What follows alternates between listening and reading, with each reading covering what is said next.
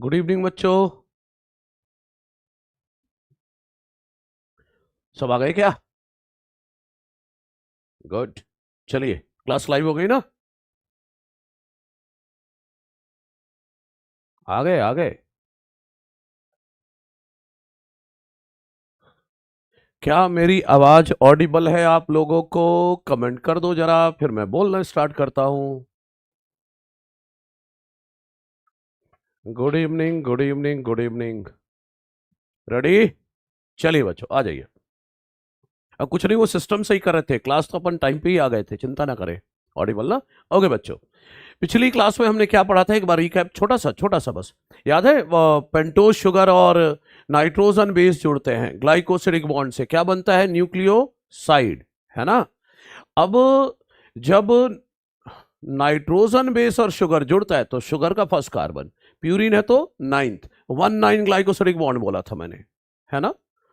Light कम है, बच्चा बोल रहा है। ये लाइट, हाँ ठीक है बच्चों। हाँ, अब लाइट आ गई, मैं भी दिखने लगा, है ना, अंधेरे में छिप गया था। ठीक है। तो शुगर और प्यूरिन के बीच 1 9 ग्लाइकोसिडिक बॉन्ड, और शुगर पायरिमिडीन के बीच 1 1 ग्लाइकोसिडिक बॉन्ड, राइट बच्चों? और शुगर के फर्स्ट कार्बन से कौन जुड़ा? Nitrogen base. लेकिन शुगर के फिफ्थ कार्बन से कौन जुड़ता है? Phosphate, by phospho ester bond, right? जब ढेर सारे न्यूक्लियोटाइड आपस में जुड़ते हैं तो किससे जुड़ते हैं? 3 5 फॉस्फोडाइस्टर बॉन्ड। डीएनए बने बच्चों या आरएनए बने, किस डायरेक्शन में बनेगा? 5 से 3, राइट ना? 5 से 3 ही बनता है ना? ओके। तो पिछली क्लास में हमने इंट्रोडक्शन किया था, होप आपको अच्छा लगा हो। हाँ, कमेंट सेक्शन को सही करने की कोशिश चल रही है बच्चों, चिंता ना करें, सब चल रहा है, ठीक है ना? अपन शुरुआत करते हैं, राइट? ओके, आ जाइए। देखो, हम शुरुआत यहां से करते हैं डीएनए हेडिंग डालकर, क्योंकि एनसीईआरटी में पहली हेडिंग डीएनए है ना। क्लास चल रही है बच्चे अब, है ना? हाँ, ओके, आइए। तो बात यहां पर यह है, अच्छा ठीक है बच्चों, आ जाओ। देखो, सबसे पहले हेडिंग पड़ रही है अब डीएनए। एक सेकंड,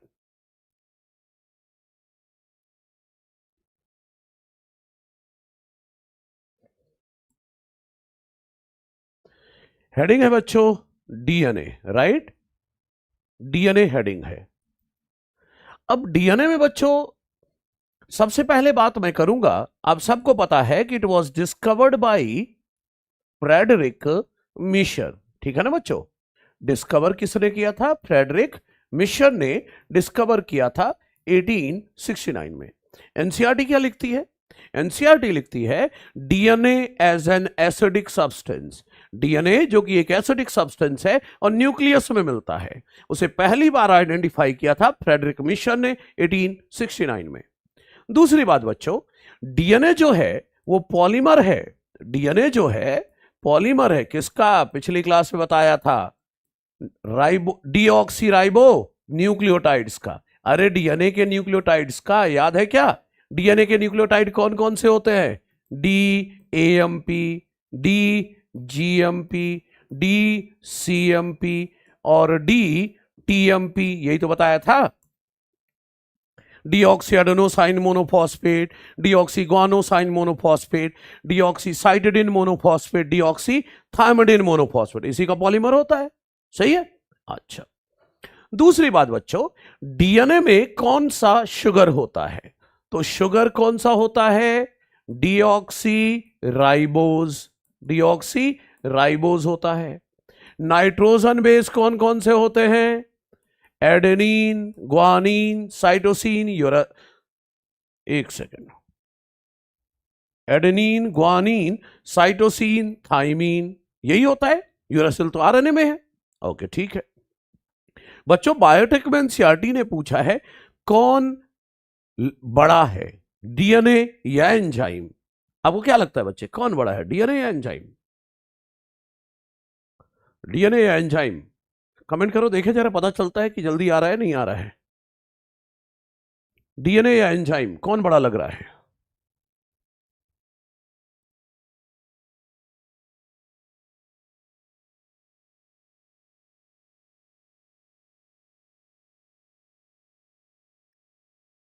डीएनए या एंजाइम, क्या लगता है बच्चों? डीएनए है ना, थायमिन कर दिया बच्चा, है ना, डीएनए। देखो डीएनए और एंजाइम कौन बड़ा है? डीएनए। कमेंट में बहुत लेट लग रहा है, इसको थोड़ा सा देखिए जरा, कुछ करवाइए, है ना। डीएनए बच्चों, मैं साफ साफ लिख देता हूं ना, कहने सुनने की बात ही नहीं। Largest biomolecule of the cell, largest biomolecule of the cell कौन सा है? डीएनए है, ठीक है, डीएनए सबसे बड़ा है बच्चों। अब अगली बात आती है बच्चों, ये जो डीएनए है सभी में मिलेगा, सभी लिविंग ऑर्गेनिज्म में डीएनए पाया जाता है, सिवाय आरएनए वायरस। कुछ वायरस है जिनमें आरएनए जेनेटिक मटेरियल, उनको छोड़ दो, उनको छोड़कर दुनिया में जितने भी ऑर्गेनिज्म है सब में डीएनए मिलता है ना। और डीएनए जहां भी होगा will act as genetic material. क्या काम करेगा? जेनेटिक मटेरियल का। और यूकैरियोटिक सेल में डीएनए कहां पर है? यूकैरियोटिक सेल में, हाँ मतलब अब आ रहा है कमेंट, मतलब 4-5 मिनट का लैग आ रहा है, 2-3 मिनट का लैग आ रहा है। 6:53, 6:53, हाँ हाँ ठीक है, ठीक है, चलिए आ जाइए। तो अब बात आई, मैं बोल रहा था कि यूकैरियोटिक सेल में डीएनए अकरेंस कहां पर है, उसके बेस पर डीएनए दो तरह का है। न्यूक्लियस के अंदर डीएनए है तो बोलेंगे न्यूक्लियर डीएनए, और न्यूक्लियस के बाहर डीएनए। न्यूक्लियस के बाहर कहां होगा? माइटोकॉन्ड्रिया और प्लास्टिड में, उसे क्या बोलोगे? Extra nuclear DNA, right. तो चलिए देखते हैं डीएनए को यूकैरियोटिक सेल में दो तरह का। डीएनए जो है दो तरह का है, ठीक है, एक है न्यूक्लियर डीएनए, एक है न्यूक्लियर डीएनए न्यूक्लियस के अंदर, एक है extra nuclear DNA, extra nuclear DNA, ये है। और जो न्यूक्लियर डीएनए बच्चों सबको पता है, DNA inside nucleus, eukaryotic cell की बात हो रही है ना। डीएनए जो न्यूक्लियस के अंदर है उसे बोलो nuclear DNA, DNA inside nucleus. अच्छा, एक्स्ट्रा न्यूक्लियर डीएनए में DNA outside the nucleus, DNA outside the nucleus. इसका मतलब DNA of mitochondria and plastid, MIT लिख देता हूं शॉर्ट में, हाँ, माइटोकॉन्ड्रिया एंड प्लास्टिड का डीएनए न्यूक्लियस के बाहर है तो एक्स्ट्रा न्यूक्लियर डीएनए है, या बोलो ना साइटोप्लाज्मिक डीएनए है। बच्चों न्यूक्लियस के अंदर का डीएनए पता है कैसा है? Linear double stranded DNA. Nucleus के अंदर का डीएनए कैसा होता है? Linear double stranded DNA. और आई थिंक आप सबको पता है, इतना तो पढ़ रखा है आपने, कि हमारे न्यूक्लियस का डीएनए जो है is associated with histone protein, right ना, हिस्टोन प्रोटीन से जुड़ा हुआ है। जबकि आपको पता है माइटोकॉन्ड्रिया एंड प्लास्टिड, ये जो क्लोरोप्लास्ट है, they are nothing, they are modified prokaryotic cell. क्या है ये? Modified prokaryotic cell. तो इनका डीएनए भी प्रोकैरियोट जैसा होगा, मतलब इनका डीएनए होगा circular double stranded, circular double stranded DNA होगा, and not associated with histone protein, histone protein से जुड़ा हुआ नहीं होगा, हिस्टोन प्रोटीन से जुड़ा हुआ नहीं होगा। पता है हमारा न्यूक्लियस का जो डीएनए होता है बच्चों, वो एटी रिच होता है, मतलब एडेनिन थाइमिन ज्यादा होता है। लेकिन माइटोकॉन्ड्रिया, अरे प्रोकैरियोटिक डीएनए जीसी रिच, तो माइटोकॉन्ड्रिया प्लास्टिड का डीएनए भी कैसा है? GC rich. और एक और चीज जान लीजिए, हमारे न्यूक्लियस का डीएनए कब रेप्लिकेट करता है? S phase of cell cycle, जबकि माइटोकॉन्ड्रिया प्लास्टिड का डीएनए एट एनी फेज, कोई फेज फिक्स नहीं है, जरूरत पड़ेगी उसके हिसाब से हो सकता है, राइट। तो न्यूक्लियर डीएनए जो है रेप्लिकेट करेगा कब? In S phase of cell cycle. और ये extra nuclear DNA can replicate in any phase of cell cycle, किसी भी फेज में रेप्लिकेट कर सकता है। क्या ये सही है? एक चीज और बताऊं बच्चों, चलो ठीक है बताता हूं, एक और तगड़ी बात बताने जा रहा हूं, ठीक है, आ जाओ। तगड़ी बात ये बताने जा रहा हूं, जब फर्टिलाइजेशन होता है, ध्यान से समझना, जब फर्टिलाइजेशन होता है तो कलर दूसरा ले लेता हूं, ब्लैक में आई थिंक पर्पल दिखेगा, है ना? ठीक है, आइए। तो मतलब ये है, देखो, मान लो ये स्पर्म है, ये स्पर्म है, ये मिडिल पीस है, और ये टेल है। आपको याद है स्पर्म का जो हेड एरिया है, हेड एरिया है, यहीं में न्यूक्लियस है, यही न्यूक्लियस है ना? और याद है ये मिडिल पीस है, माइटोकॉन्ड्रिया बच्चों मिडिल पीस में होता है, याद है ना? माइटोकॉन्ड्रिया हेड में नहीं होता, कहां होता है? मिडिल पीस में। अच्छा, ये तो स्पर्म की बात हो गई, ये स्पर्म की बात हो गई। ओवम, ये रहा ओवम, ओवम का ये रहा न्यूक्लियस, ओवम का ये रहा न्यूक्लियस, ओवम का ये रहा न्यूक्लियस। और माइटोकॉन्ड्रिया यही साइटोप्लाज्म में है, ये माइटोकॉन्ड्रिया है, ये माइटोकॉन्ड्रिया है। बच्चों जब फर्टिलाइजेशन होता है, जब जाइगोट बनता है, जब जाइगोट बनता है, ध्यान दीजिएगा, जब जाइगोट बनता है तो स्पर्म का केवल हेड पीस जाइगोट बनाने में रोल प्ले करता है। कौन? केवल जाइगोट बनाने में कौन हेल्प करता है? मिडिल पीस नहीं। मतलब जाइगोट को ना मिडिल पीस नहीं मिला, मतलब माइटोकॉन्ड्रिया नहीं मिला स्पर्म से, केवल हेड पार्टिसिपेट कर रहा है, मतलब केवल न्यूक्लियस। केवल कौन? न्यूक्लियस। तो स्पर्म से इसे क्या मिलेगा? सिर्फ न्यूक्लियस। ओवम से क्या मिला? न्यूक्लियस। हां, माइटोकॉन्ड्रिया भी तो मिलेगा ओवम से, ओवम से तो माइटोकॉन्ड्रिया भी मिला। समझ रहे हैं? मतलब ये बच्चों, न्यूक्लियस का डीएनए मम्मी पापा दोनों से मिला, मम्मी पापा दोनों से मिला। भाई हेड पार्टिसिपेट कर रहा है ना, तो न्यूक्लियस दोनों जगह है, तो जाइगोट में न्यूक्लियस स्पर्म ओवम का दोनों आया। माइटोकॉन्ड्रिया स्पर्म का नहीं आया, क्योंकि मिडिल पीस जाइगोट बनाने में रोल प्ले नहीं करता, तो माइटोकॉन्ड्रिया स्पर्म से नहीं मिला, केवल किससे मिला? ओवम से। तो mitochondrial DNA, extra nuclear DNA किससे मिला? केवल ओवम से, मतलब केवल मदर से। तो क्या मैं ये बोल सकता हूं बच्चों कि न्यूक्लियर डीएनए का इनहेरिटेंस बाई पेरेंटल है? न्यूक्लियर डीएनए हमें पापा मम्मी दोनों से मिला है, लेकिन माइटोकॉन्ड्रियल डीएनए केवल मम्मी से मिला है, यूनिपेरेंटल, राइट? तो देखो, न्यूक्लियर डीएनए का इनहेरिटेंस कैसा है? By parental, by parental inheritance है न्यूक्लियर डीएनए का, लेकिन एक्स्ट्रा न्यूक्लियर डीएनए का यूनिपेरेंटल है, एक ही पेरेंट से मिलेगा। सीधा सीधा बोला ना, मैटरनल है, केवल एक ही पेरेंट से मिलेगा, मैटरनल इनहेरिटेंस है। तो ध्यान रखो, माइटोकॉन्ड्रिया केवल मां से मिला है। समझ रहे हैं मेरी बात? बच्चे नेटवर्क उन्नति, नेटवर्क इश्यू होगा, क्लास स्टार्ट कर लो, काफी देर हो गई क्लास स्टार्ट हुए, बाकी लोगों की स्टार्ट हो चुकी है। अच्छा मैं फिर से बोलता हूं बच्चों, देखो, माइटोकॉन्ड्रिया किससे मिला है? केवल मां से। और न्यूक्लियर डीएनए दोनों से मिला है, इसलिए बाई पेरेंटल इनहेरिटेंस, ठीक है ना? तभी तो मां को शक्ति का रूप बोला जाता है। क्यों? क्योंकि शक्ति बोले तो एटीपी, एटीपी बोले तो कहां से आएगा? माइटोकॉन्ड्रिया से। सही है? तो ध्यान रखिए, माइटोकॉन्ड्रियल इनहेरिटेंस या माइटोकॉन्ड्रियल डीएनए केवल मां से मिला है। ठीक है बच्चों? तो ये मैंने थोड़ा सा बता दिया आपको, क्या ये क्लियर है?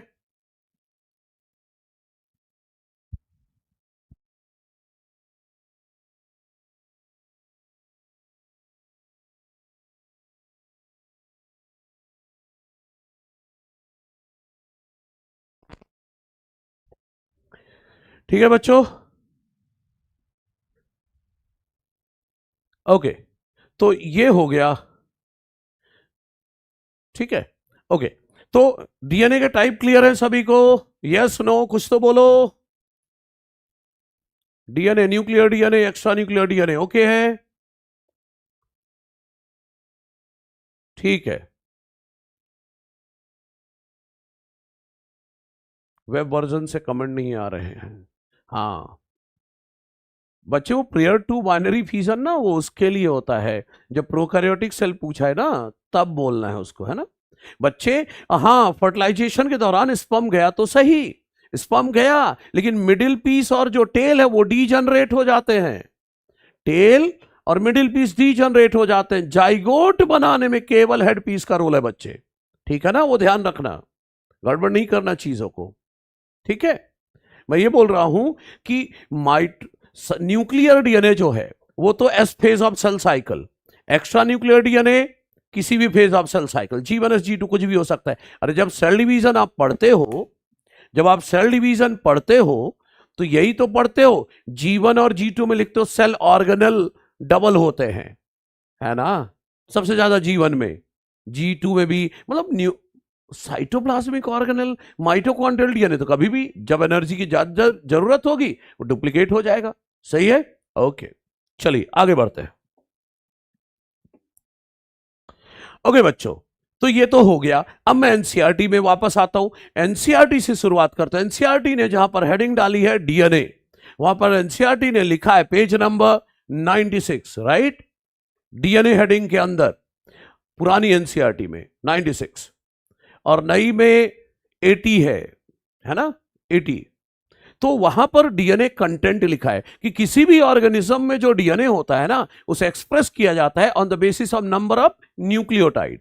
अगर सिंगल स्ट्रैंडेड डीएनए तो न्यूक्लियोटाइड बोलो, डबल स्ट्रैंडेड है तो पेयर ऑफ न्यूक्लियोटाइड या बेस पेयर बोलो। अरे बेस पेयर बोलो ना, एग्जांपल लो, यहां देखो 5x174 बैक्टीरियोफेज।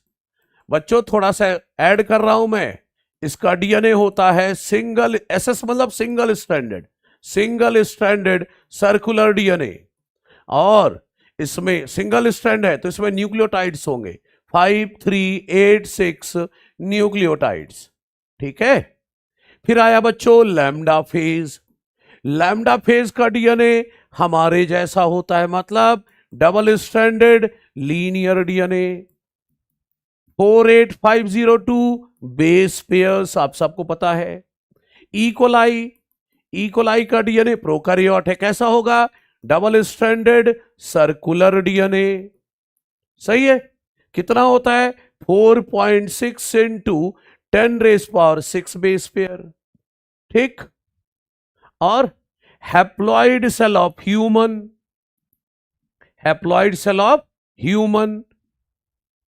हो या डिप्लॉइड सेल ऑफ ह्यूमन हो, डीएनए तो वही रहेगा, हैप्लॉइड सेल ऑफ ह्यूमन हो या डिप्लॉइड सेल ऑफ ह्यूमन हो, डीएनए कैसा रहेगा, डबल स्ट्रैंडेड लीनियर डीएनए रहेगा दोनों में। हाँ, हैप्लॉइड सेल में डीएनए आधा है, 3.3 बिलियन बेस पेयर बोले तो 10⁹, और डिप्लॉइड सेल में 6.6 बिलियन, 6.6 इंटू 10⁹ बेस पेयर। तो ये तो डीएनए कंटेंट है, आपको याद करना है, एनसीईआरटी है, सही है बच्चों, एनसीईआरटी डेटा है, छोड़ना नहीं है। और किसका डीएनए कैसा है वो भी याद रखना है, सही है, ओके ठीक। इसके बाद बच्चों बात आती है, ये सब होने के बाद मैं अब आपके सामने लेकर आ रहा हूं चारगाफ रूल, बेस रेशो, ये छोटी छोटी बातें अभी करने वाला हूं, डीनेचुरेशन रीनेचुरेशन ऑफ डीएनए, ये सब चीजें भी देखने वाला हूं, ठीक है बच्चे। ओके चलिए आइए, तो सबसे पहले चारगाफ रूल की बात कर लेते हैं ना, अगली स्लाइड में करेंगे उसको, अलग से मिक्स नहीं करते। तो देखिए अगला है बच्चों चारगाफ रूल। किसने दिया था आप सबको पता है, किसने दिया था, एरविन चारगाफ ने। किसके लिए दिया था, फॉर डबल स्ट्रैंडेड डीएनए, किसके लिए, डबल स्ट्रैंडेड डीएनए के लिए, ठीक। अच्छा, क्या कहता है ये रूल कि एक डबल स्ट्रैंडेड डीएनए में जितना एडेनिन होगा उतना थाइमीन होगा, जितना ग्वानिन होगा उतना साइटोसिन। अब ये ना बोलना जी और सी के बीच 3 बॉन्ड बनाओ, नहीं, बॉन्ड नहीं है बच्चे, ये इक्वल टू साइन है, मैथ्स है, ठीक है ना। तो जितना आप सबको पता है, ए के सामने टी होता है, टी के सामने ए होता है, जी के सामने सी, सी के सामने जी, तो जितना ए उतना टी, जितना जी उतना सी, यही रहेगा। अच्छा थोड़ा मैथमेटिकली करो ना बच्चे इसको, टी को इधर ले आओ, तो क्या मैं इसे लिख सकता हूं A by T equal to 1, या ए को इधर ले आओ तो T by A equal to 1 लिख सकते हैं। अरे ठीक है ना, इधर जी बाई सी को भी ऐसे ही करो, क्या हो जाएगा जी बाई सी इक्वल टू 1 या सी बाई जी इक्वल टू 1। पता है एनसीईआरटी ने चारगाफ रूल में क्या लिखा है, ratio between A and T is constant and equal 1, ratio between G and C is constant and equal 1, ये एनसीईआरटी है, सही है। अच्छा अब थोड़ा जोड़ देते हैं, चारगाफ रूल कहता है जितना टोटल प्यूरिन होगा उतना ही पायरिमिडीन होगा। अगर 100 प्यूरिन है तो ऑब्वियस है 100 पायरिमिडीन होंगे, क्योंकि हर प्यूरिन के सामने क्या है, पायरिमिडीन है। प्रोकैरियोट में प्रोटीन का नाम बच्चे अगली क्लास में आ जाएगा, पैकेजिंग ऑफ डीएनए हेलिक्स में पढ़ेंगे, पॉलीएमाइंस, ठीक है ना। ओके, टोटल प्यूरिन बराबर टोटल पायरिमिडीन। टोटल प्यूरिन में क्या क्या आएगा, ए प्लस जी, पायरिमिडीन में क्या आएगा, टी प्लस सी, मतलब जितना ए जी होगा उतना टी सी होगा, सही है। ऐसा करो ना, टीसी को इधर लाओ जरा, तो क्या हो जाएगा, A G by T C equal to 1, सही है। प्रोकैरियोट में डीएनए जेनेटिक मटेरियल होता है, ठीक है। हाँ, और माइटोकॉन्ड्रिया का जो डीएनए है वो किसी फेज ऑफ सेल साइकिल में रेप्लिकेट कर सकता है, चिंता ना करें, ठीक है। हाँ, और माइटोकॉन्ड्रियल डीएनए हमें मम्मी से मिलता है, पापा से नहीं मिलता, ठीक है, इसलिए यूनिपेरेंटल है। अच्छा, ये AG by T C equal to 1, ये ऐसा करो ना, एजी को इधर ले जाओ, T C by A G equal to 1, ये है, क्लियर है जी। तो अरे सिंपल है भाई, एजी हो गया टोटल प्यूरिन और टीसी हो गया टोटल पायरिमिडीन। टोटल प्यूरिन अगर 100 है तो टोटल पायरिमिडीन 100 है, 100 बाई 100 इक्वल टू 1, बात खत्म हो गई, सही है। यही है चारगाफ रूल, क्लियर। और इस पर बेस बच्चों हमें क्वेश्चन भी करना है। वैसे चारगाफ रूल में थोड़ा सा कभी कभी यह भी जोड़ दिया जाता है कि जितना शुगर होगा उतना फॉस्फेट होगा, जोड़ना जोड़ लो, लेकिन अपने काम का तो यही है, जितना शुगर उतना फॉस्फेट। हाँ याद करो ना, हर शुगर के 5th कार्बन से फॉस्फेट जुड़ा है, हर शुगर के 5th कार्बन से फॉस्फेट जुड़ता है, फॉस्फोएस्टर बॉन्ड से, तो जितना शुगर होगा उतना फॉस्फेट होगा, वो भी बोल सकते हो, राइट। लेकिन मेन जो चारगाफ रूल का कॉन्सेप्ट है वो ये है बच्चों, इस पर बेस्ड अब क्वेश्चन, अब आपके जवाब चाहिए मुझे, ठीक है। पहला सवाल यही लिखता हूं, आप सॉल्व करिएगा। पहला, if base sequence in one strand of DNA, in one strand of DNA, one strand of DNA is ATGCATG, DNA के एक स्ट्रैंड में सीक्वेंस ये है, then give total number of hydrogen bonds, give total number of hydrogen bonds in double stranded DNA। चलो निकालो hydrogen bond, निकालो भाई, चलो कुछ काम करो। अब देखे जरा कितनी देर में आता है कमेंट।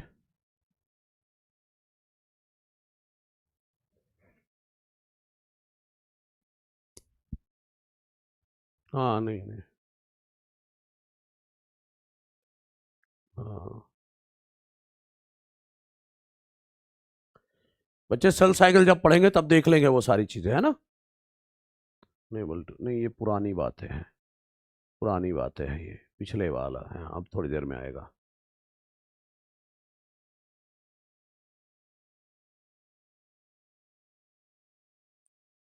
सत्रह, हाँ आंसर आने लगा, गुड। चलो देखते हैं बच्चों, आ जाओ निकालते हैं, कमेंट पहुंच गए आपके। देखो एक डीएनए स्ट्रैंड है ATGCATG, है ना, तो इसका कॉम्प्लीमेंट्री बना लो। ए के सामने टी, 2 हाइड्रोजन बॉन्ड, टी के सामने ए, 2 हाइड्रोजन बॉन्ड, जी और सी के बीच 3 हाइड्रोजन बॉन्ड, सी और जी के बीच 3 हाइड्रोजन बॉन्ड, ए और टी के बीच 2 हाइड्रोजन बॉन्ड, टी और ए के बीच 2, जी और सी के बीच 3 हाइड्रोजन बॉन्ड। रुको भाई, ये सी एक्स्ट्रा लग गया। अच्छा, जी के सामने सी 3 हाइड्रोजन बॉन्ड, अब गिन डालो, अब क्या मैं गिनूं। अच्छा, कुछ 16 कुछ 17 कुछ 20। अरे भाई देख लो, गिने। चलो गिनते हैं, दूसरे कलर से गिनते हैं। आ जाओ, इससे गिनते हैं। 2 हाइड्रोजन बॉन्ड, 2 2 4 3 7 3 10 2 12 2 14 3 17, हाँ 17 हुआ बच्चों। सही है। हाँ, तो ऐसे क्वेश्चन भी नीट में आ सकते हैं, इसलिए करा रहा था। ठीक है, आगे बढ़े, अगला सवाल देखते हैं। चलिए बच्चों, एक स्ट्रैंड का दिया है और मैंने डबल स्ट्रैंडेड डीएनए का पूछा था, है ना। ठीक है, आइए अगला सवाल। बच्चों अगला सवाल यह है, अपने पुराने कलर पे आ जाते हैं, कि एनिमल सेल में, in DNA of an animal cell, in DNA of an animal cell, thymine are 18%, then give the percentage of guanine। मान लो ये पूछ लिया। अब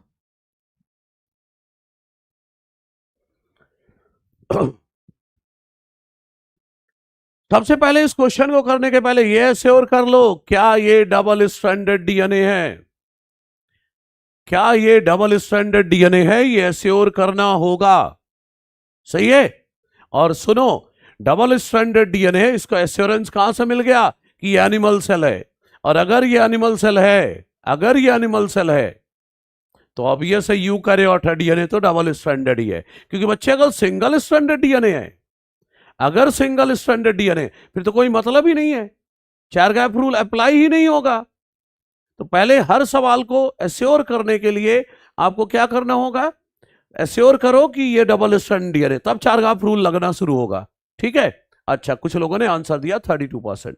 आ जाइए देख लेते हैं आपका सही है या नहीं। अच्छा देखो बच्चों, याद है ना, जितना ए उतना टी, जितना जी उतना सी, राइट। अच्छा, तो अगर टी 18%, पहला सवाल इसलिए बिल्कुल बेसिक से कराऊंगा, है ना। टी 18 है तो एडेनिन भी 18% है। तो A T G C equal to 100%। A 18 है, टी भी 18 है, plus G C equal to 100। तो जी सी कितना हो जाएगा, 100 माइनस 18 18 36, 36 हो गया ये। 100 माइनस 36 कितना हुआ ये, 64। तो जी और सी मिलाकर 64 है। सही है। तो जितना जी उतना सी, आधा आधा बांट दो, तो 64/2 दैट इज 32%। सही है बच्चों, क्या आंसर है आपका? हाँ बिल्कुल सही, परफेक्ट परफेक्ट। ठीक है, बिल्कुल सही है। हाँ ठीक है बच्चों, तो ये तो हो गया सवाल। अगला सवाल देखें, चलो आ जाओ, ये बार बार।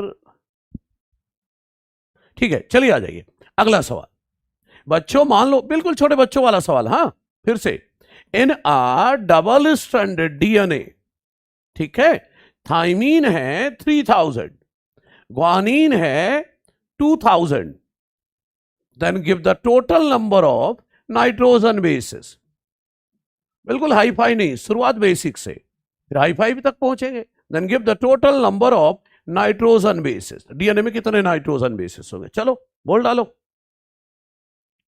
सौरभ सिंह बोल रहे हैं सबसे पहले मैंने दिया, कोई बात नहीं भाई, बहुत बढ़िया।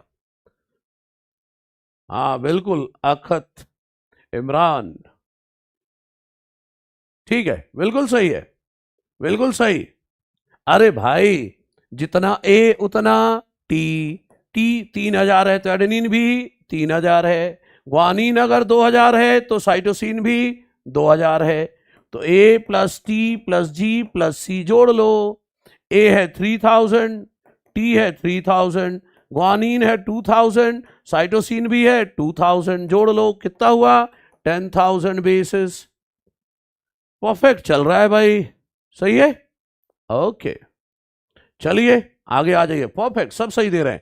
अब अगला सवाल, ठीक है, पीक लेवल पर बात हो रही है। चलो अगला सवाल, चार का आपके लिए लास्ट सवाल। हाँ बिल्कुल, रितेश जा रहा है आंसर, चिंता ना करो। ठीक है, अगला सवाल, इसको करो जरा। In a double stranded DNA 3.2 KB, KB बोले तो kilo bases are present, 3.2 kilo bases are present, double standard DNA 4 गाप लगेगा, are present. If adenine are 820, ठीक है, then give the number of cytosine, cytosine का नंबर आपको बताना है। हाँ, अब ये सॉल्व करो तो मजा आए, लगाओ भाई दिमाग अब। हाँ, डबल स्टैंडर्ड डीएनए बच्चों, डीएस लिखा ना, डबल स्टैंडर्ड डीएनए। हाँ, राखी का आंसर आ गया, राखी झा 7। हाँ, मोहित का भी आ गया, बिल्कुल सही है। और कौन, और कौन, रविकांत सही है, और भारती, अभिषेक, रविकांत का, दीपक का, तो बिल्कुल काफी लोगों के आंसर सही आए हैं। ठीक है, बिल्कुल सही है, सही है। आ जाओ, कुछ लोग के गड़बड़ आ रहा है लेकिन मैक्सिमम के सही आ रहे हैं बच्चों। देखो करना क्या है बच्चों, किलो बेस दिया है तो आगे बेस में तो बदलो, किलो मतलब 1000, तो 3.2 इंटू 1000 कर दो तो बेसिस आ जाएंगे। तो कितने बेसिस हो गए, 3200 बेसिस, सही है। अब एडेनिन 820 है तो थाइमिन भी 820 हो गया, दोनों 820 820 आ गए, तो जोड़ लो, ए टी जी सी मिलाकर 3200 है, 3200। एडेनिन है 820, थाइमीन है 820, और जी और सी देख लेंगे अभी। तो ये कितना होगा, 1640 उधर ले जाओ, जीसी कितना हो गया, 3200 माइनस 1640, तो ये कितना आया, ये कितना आया 1560, जी और सी मिला के। अभी तो बताया जितना जी उतना सी, आधा आधा बांट दो भाई, तो कितना आया 780। काफी बच्चों ने सही आंसर दिया है, सही है। अच्छा बच्चों, ठीक है, अब आगे की बात करते हैं, ठीक है, आगे की बात करते हैं। आ जाओ इधर देखते हैं, ये रिफ्रेश द पेज बोल रहा है, उधर उधर, ठीक है। तो ये तो आ गया बच्चों। अब इस सवाल का एक वेरिएंट, बिल्कुल टॉप लेवल का सवाल, अगर ये आ गया तो मजा आ जाएगा, है ना। चलो आ जाओ, मान लो सेम सवाल है बच्चों, सेम सवाल, बस 3 पॉइंट किलो बेस की जगह 3 पॉइंट केबीपीएस दिया है, मतलब 3.2 किलो बेस पेयर दिया है। अब बताओ जवाब, सवाल वही है, बस 3.2 किलो बेस की जगह किलो बेस पेयर कर दिया है। कृष्ण आंसर जवाब आ रहा है भाई, सुमंत का भी आया था, मिशब का भी आया था, सौरभ का भी आया था। अब आंसर लाओ,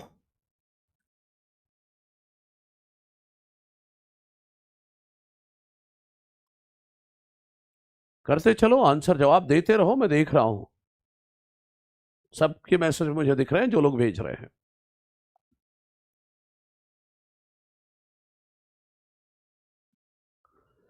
ओह परफेक्ट, क्या बात है। कुछ लोग 1560 दे रहे हैं, राइट। हाँ, हाँ, ये कौन है, श्रुति सिंह, बहुत सही आंसर। और और किसका है, श्रेयांश का भी सही है, आ, आमना का भी सही है, मोहित का सही है, इशू का सही है। आइए देखते हैं बच्चों, बिल्कुल परफेक्ट है। देखो अब कुछ लोगों ने क्या किया, 780 को जस्ट उल्टा कर उसको डबल करके बता दिया कि भाई किलो बेस की जगह किलो बेस पेयर कर रहे हो तो उसका डबल कर दो। नहीं बच्चे, कभी कभी जो दिखता है वो होता नहीं है। आ जाओ देखते हैं, आगे तो किलो हटाओ, इंटू 1000 करो, अरे तो बेस पेयर आएगा भाई, 3200 बेस पेयर आएगा। आपको क्या चाहिए, टोटल बेसिस चाहिए होते हैं। याद है पिछली क्लास में मैंने बताया था, एक बेस पेयर मतलब 2 बेस, डबल तो 3200 बेस पेयर मतलब 3200 इंटू 2 बेसिस, तो कितने हो जाएंगे बच्चों, 6400 बेसिस। अब सॉल्व कर लो, मुझे क्या करना है, अब आप खुद कर लो, बता दूं। अच्छा चलो, ATGC मिलाकर कितना है? मिलाकर 6400 है। तो ए तो दिया था 820, थाइमीन भी 820 प्लस GC इक्वल टू 6400। तो GC कितना हो जाएगा? 6400 माइनस 1640। तो सॉल्व कर लो, कितना आ रहा है? 4760 जी और सी मिला के। तो आधा आधा बांट दो जी और सी को। 4760 बाई 2 कितना आ रहा है? 2380। परफेक्ट। ये पीक लेवल का सवाल था हरीश थोड़ा सा ज्यादा हो गया यार तेरा। 2385 की जगह 2380 हो गया। 85 दे दिया तूने, 80 आएगा, है ना? कैलकुलेशन ध्यान देना है आपको। मैं पहले ही बोला था बायो वालों की मैथ्स बहुत अच्छी होती है। 50-30 जोड़ते हो तो तुम लोग का 70 आता है, 60-40 जोड़ते हो तो 100 नहीं आता, 80 आता है ना? राइबोसोम की बात कर रहा हूं, और क्या। ठीक है, हो गया बच्चों, चारगाफ रूल के सवाल हो गए। ठीक है, महकाम, बिल्कुल महकाम का भी कमेंट देख रहा हूं मैं। चलिए आ जाइए। नंदनी 2380 आया था आंसर, बिल्कुल सही है। ओके चलिए आ जाइए, अगला देखते हैं बच्चों। चारगाफ रूल से रिलेटेड क्वेश्चंस हो गए, बिल्कुल सही अभिषेक। अब आगे आइए, अब अगला लेते हैं।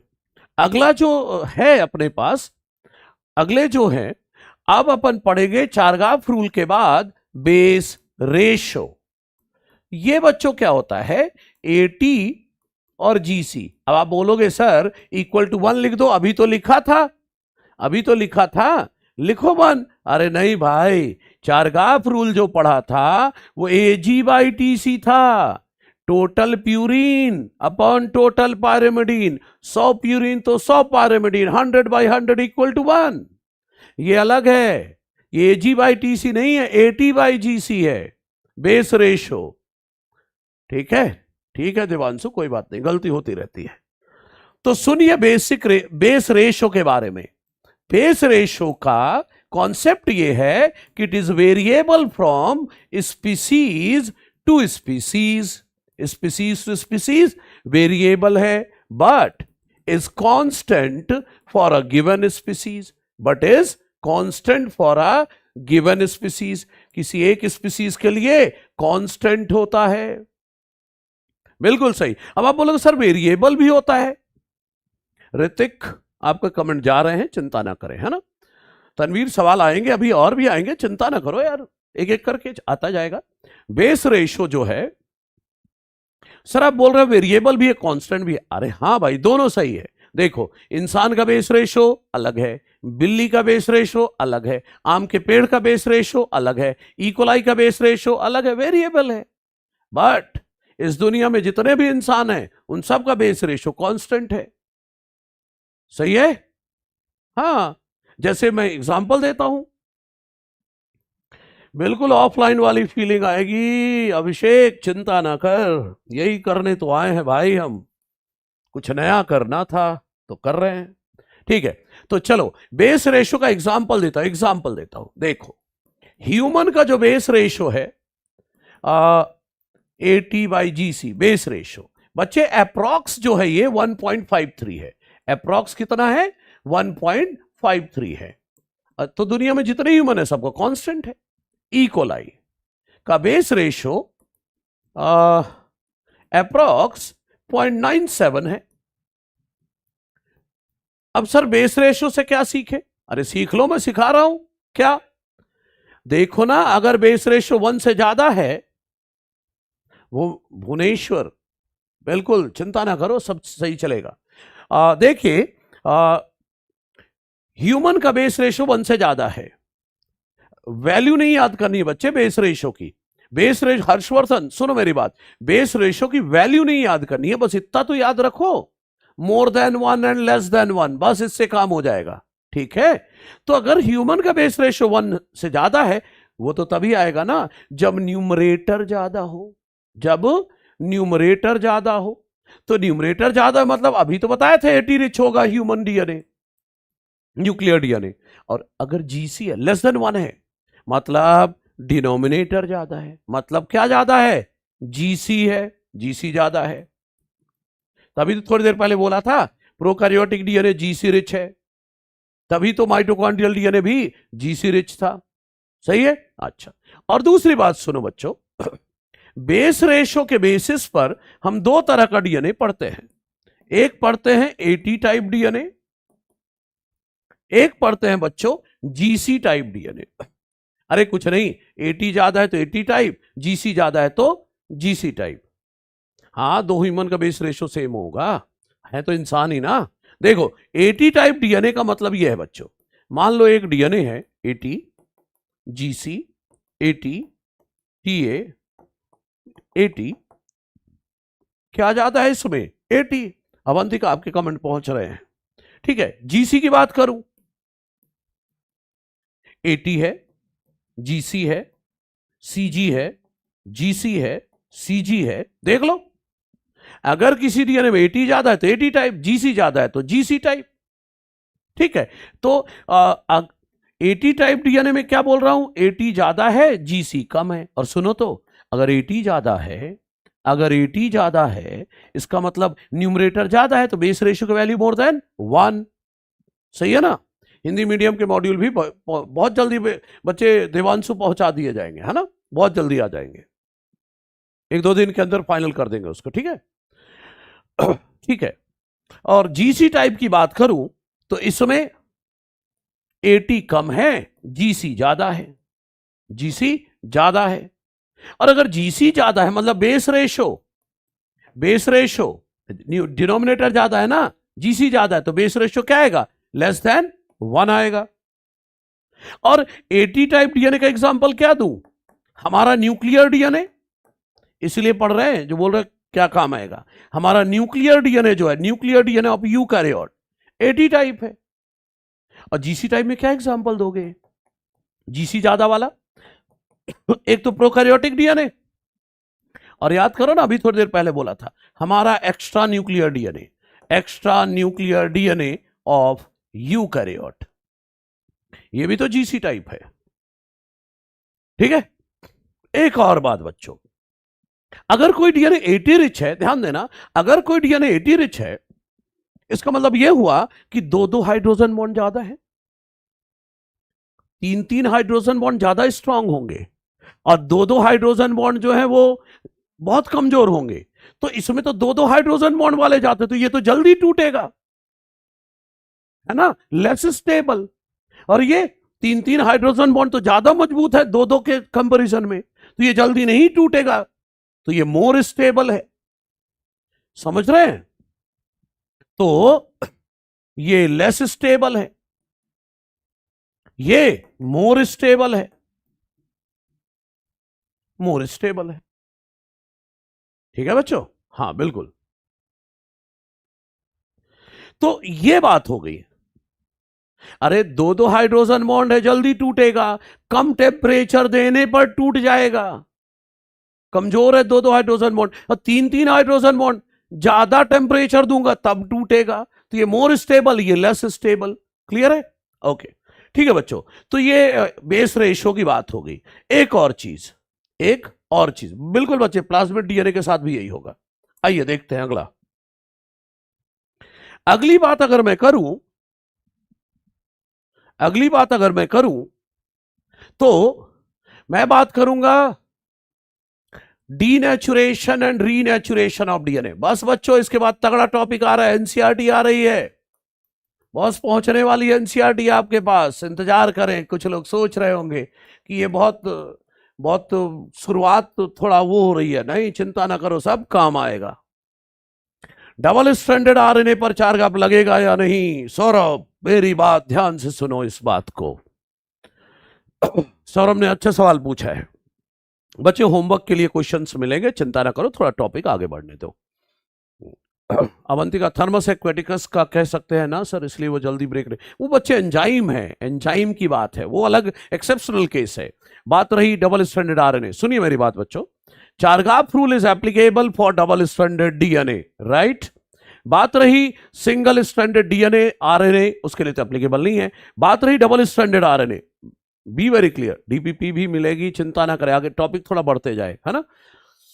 अब मेरी बात ध्यान से सुनो आप लोग, डबल स्ट्रैंडेड आरएनए बच्चों अगर मैंने बनाया तो मैं तो ए के सामने यू, जी के सामने सी लगाऊंगा तो वहां तो एप्लीकेबल हो जाएगा। लेकिन जो नेचर में डबल स्ट्रैंडेड आरएनए होते हैं, बहुत ध्यान से सुनना, अगर आपको ज्ञान है तो मैं बताऊं, नहीं तो छोड़ दूंगा भाई। ये पूछ रहा है डबल स्ट्रैंडेड आरएनए के लिए एप्लीकेबल है या नहीं, इसलिए बोल रहा हूं। अगर आपको ज्ञान है तो ये सुनो मेरे से, टीआरएनए नहीं, डबल स्ट्रैंड आरएनए होता है बच्चे, कुछ वायरस में होता है, रियो वायरस है, राइस ड्रॉप वायरस है, रेयरली कुछ वायरस में होता है। डबल स्ट्रैंडेड आरएनए जब होता है बच्चों, तो वहां पर श्योर नहीं होता कि एडेनिन के सामने यूरासिल ही होगा, ग्वानिन के सामने साइटो, बिल्कुल जरूरी नहीं है। मैं एग्जांपल देता हूं, हमारा टीआरएनए जरूरी नहीं है, याद है फोल्ड का डबल स्ट्रैंडेड हो जाता है टीआरएनए, लेकिन ए के सामने यू हो जरूरी नहीं है। कभी कभी डबल स्ट्रैंडेड आरएनए में नॉर्मल बेस जो 4 है, एडेनिन, ग्वानिन, साइटोसिन, यूरासिल को छोड़कर कुछ एबनॉर्मल बेसिस भी पाए जाते हैं, जैसे यूरासिल की जगह pseudo uracil, dihydro uracil, methyl cytosine. तो जरूरी नहीं है डबल स्ट्रैंडेड आरएनए है, अगर है तो उसमें ग्वानिन के सामने साइटोसिन ही हो, एबनॉर्मल बेस मिथाइल साइटोसिन हो सकता है, एडेनिन के सामने जरूरी नहीं यूरासिल हो सकता है सूडो यूरासिल हो जाए, डाईहाइड्रो यूरासिल हो जाए, राइट। तो ये थोड़ा मैं बहुत ज्यादा ज्ञान वाली बात बता गया आपको, ठीक है। आपसे तो डीएनए के लिए पूछा जाएगा, डबल स्ट्रैंडेड डीएनए के लिए एप्लीकेबल है, सिंगल स्ट्रैंडेड के लिए नहीं, ठीक है ना। ओके चलो, वबल बाद में आएगा बच्चों, हाँ ठीक है। Denaturation and renaturation of DNA, चलिए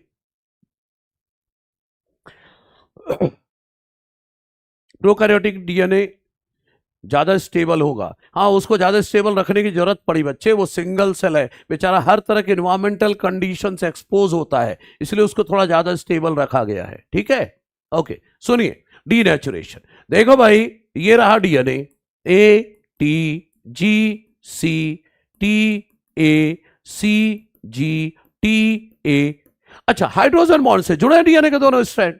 अब मान लो बच्चों मैंने टेम्परेचर दे दिया 80 टू 90 डिग्री सेल्सियस, तो क्या होगा, हाइड्रोजन बॉन्ड टूट जाएंगे और दोनों स्ट्रैंड अलग हो जाएंगे, बिल्कुल क्लोवरलीफ। बाकी बातें सब होती रहेंगी बच्चों, अभी फोकस करें, सब जहां आना है ना वो चीजें आती जाएंगी, है ना। ए जी टी सी टी ये अलग हो गया, टी सी, राइट, ए जी टी सी टी लिया था इधर, टी सी ए जी ए अलग हो गया, क्या हो गया यहां, ब्रेकिंग ऑफ हाइड्रोजन बॉन्ड्स हो गया। 80 टू 90 डिग्री सेल्सियस टेम्परेचर दिया, हाइड्रोजन बॉन्ड टूट गए, डीएनए के दोनों स्ट्रैंड अलग हो गए, ठीक है। अच्छा, इसे बोलेंगे डीएनए का डीनेचुरेशन, डीएनए का डीनेचुरेशन। और अगर मैं इसे नॉर्मल टेम्परेचर पे रख दूं, अरे वीक बॉन्ड है भाई, नॉर्मल टेम्परेचर पे रख दूं, अरे वीक बॉन्ड है, जब दोनों स्ट्रैंड अलग हो गए, दोनों स्ट्रैंड अलग हो गए, तो ये हो गया डीएनए का denaturation. G series sign of primitive, बिल्कुल सही है सुमन। अच्छा अभी फिलहाल आप फोकस करें, कमजोर बॉन्ड है, दोनों स्ट्रैंड अलग हो चुके हैं। अब जब नॉर्मल टेम्परेचर में दोगे तो दोनों स्ट्रैंड के बीच हाइड्रोजन बॉन्ड वापस बन जाएगा और डीएनए फिर से नॉर्मल हो जाएगा, इसे क्या बोलोगे, डीएनए का रीनेचुरेशन, ठीक है। अच्छा, DNA denaturation Akshat not applicable बोलेंगे, जो जो बोलते हैं बोलने दो, नहीं बोलना है नॉट एप्लीकेबल, आर्टिफिशियली बनाएंगे तब एप्लीकेबल, ठीक है ना। तो उसकी टेंशन ना ले, आपको जो पढ़ा रहा हूं बस वही फाइनल है, वही फॉलो करना है, ठीक है। अच्छा सुनिए अब मेरी बात, मेरी बात ध्यान से सुनिएगा। अब मैं ये बोल रहा हूं बच्चों कि डीएनए को डीनेच्योर करने का एक तरीका तो ये है, एक तरीका मैं और बताता हूं। याद है डीएनए एसिडिक है, डीएनए एसिडिक है, तो दे दो ना हाईली बेसिक पीएच, क्या दे दो, highly basic pH, highly basic pH दे दो, लगभग 11.3, हाईली डीएनए एसिडिक है, हाईली बेसिक पीएच दे दो अप्रॉक्स 11.3 दे दो, तो भी हाइड्रोजन बॉन्ड टूटेगा और डीएनए का हो जाएगा डीनेचुरेशन। और जब वापस नॉर्मल पीएच पे रखोगे तो हाइड्रोजन बॉन्ड बन जाएगा और फिर से नॉर्मल हो गया तो रीनेचुरेशन। तो डीएनए को डीनेच्योर करने के दो तरीके हो गए, या तो टेम्परेचर ज्यादा दे दो या हाईली बेसिक पीएच दे दो। ठीक है, ओके। नोट्स और एनसीईआरटी बस इतना पढ़ो बच्चे, है ना, इतने से हो जाएगा। अच्छा, तो डीनेचुरेशन और रीनेचुरेशन हो गया। बच्चों एक चीज बतानी मुझे, ध्यान देना, एक शब्द है टीएम वैल्यू, डीनेचुरेशन से रिलेटेड है, टेम्परेचर ऑफ मेल्टिंग। अरे डीनेच्योर होने के लिए जो टेम्परेचर चाहिए, टेम्परेचर ऑफ मेल्टिंग। ये जो टीएम वैल्यू होती है बच्चे, ये होती है, अरे तो 94 डिग्री पर डीनेच्योर करने के लिए लेता है ना भाई, आगे क्यों बढ़ रहे हो, है ना, ठीक है। तो मेरी बात सुनिए, टीएम वैल्यू, डीनेचुरेशन की बात हो रही है। हाँ, नॉर्मल पीएच मतलब बच्चे 7 के आसपास, थोड़ा कम या थोड़ा ज्यादा, राइट। आप तो नोट्स पढ़ लो, एनसीईआरटी पढ़ लो, हो जाएगा, ठीक है। आ जाओ इधर देखो, अभी यूवी का इफेक्ट अब नहीं पढ़ना है राजकुमार, पहले पढ़ाते थे हाइपरक्रोमैटिक और हाइपोक्रोमैटिक इफेक्ट, अब नहीं पढ़ना है बच्चे, जो सिलेबस में नहीं है अब उसको छोड़ देना है, अंत में इतना ज्यादा बोझ हो जाएगा, संभलता नहीं है। तो जो चीज नहीं चाहिए मैं नहीं बताऊंगा, ठीक है ना, ओके, ठीक है। आइए, टीएम वैल्यू का क्या मतलब होता है? वो टेम्परेचर जहां पर आधा डीएनए डीनेच्योर हो जाए या मेल्ट हो जाए, समझ रहे हैं मेरी बात? वो टेम्परेचर, रोड मैप भी पता चलेगा भुवनेश्वर, चिंता ना करो, आगे थोड़ा सा पढ़ते चलते अपन, है ना, चिंता ना करें। वो टेम्परेचर जहां पर आधा डीएनए डीनेच्योर हो जाए, मतलब मेल्ट हो जाए, उसी को क्या बोलते हैं? TM value. अब मुझे इसकी डेफिनेशन नहीं बतानी, आपको नहीं चाहिए, आपको डेफिनेशन, आप इस पर फोकस करो। TM value depends on GC content. किस पर डिपेंड करता है? GC content. सर कैसे? देख लो, अगर जीसी ज्यादा होगा तो 3 हाइड्रोजन बॉन्ड ज्यादा, मतलब हाइड्रोजन बॉन्ड हो जाएंगे ज्यादा, तो उसको तोड़ने के लिए टेम्परेचर देना होगा ज्यादा। जीसी ज्यादा तो टीएम ज्यादा, क्यों?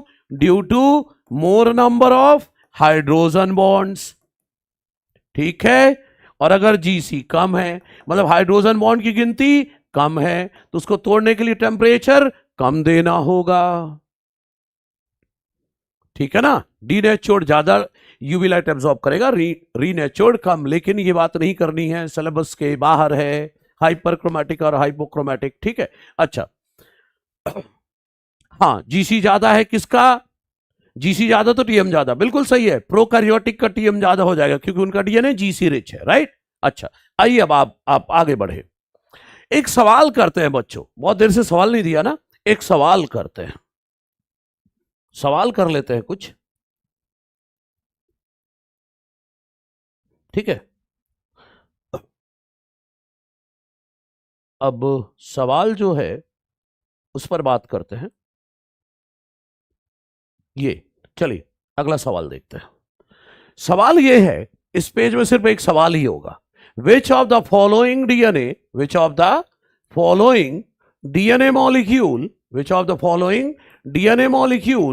will have maximum TM value?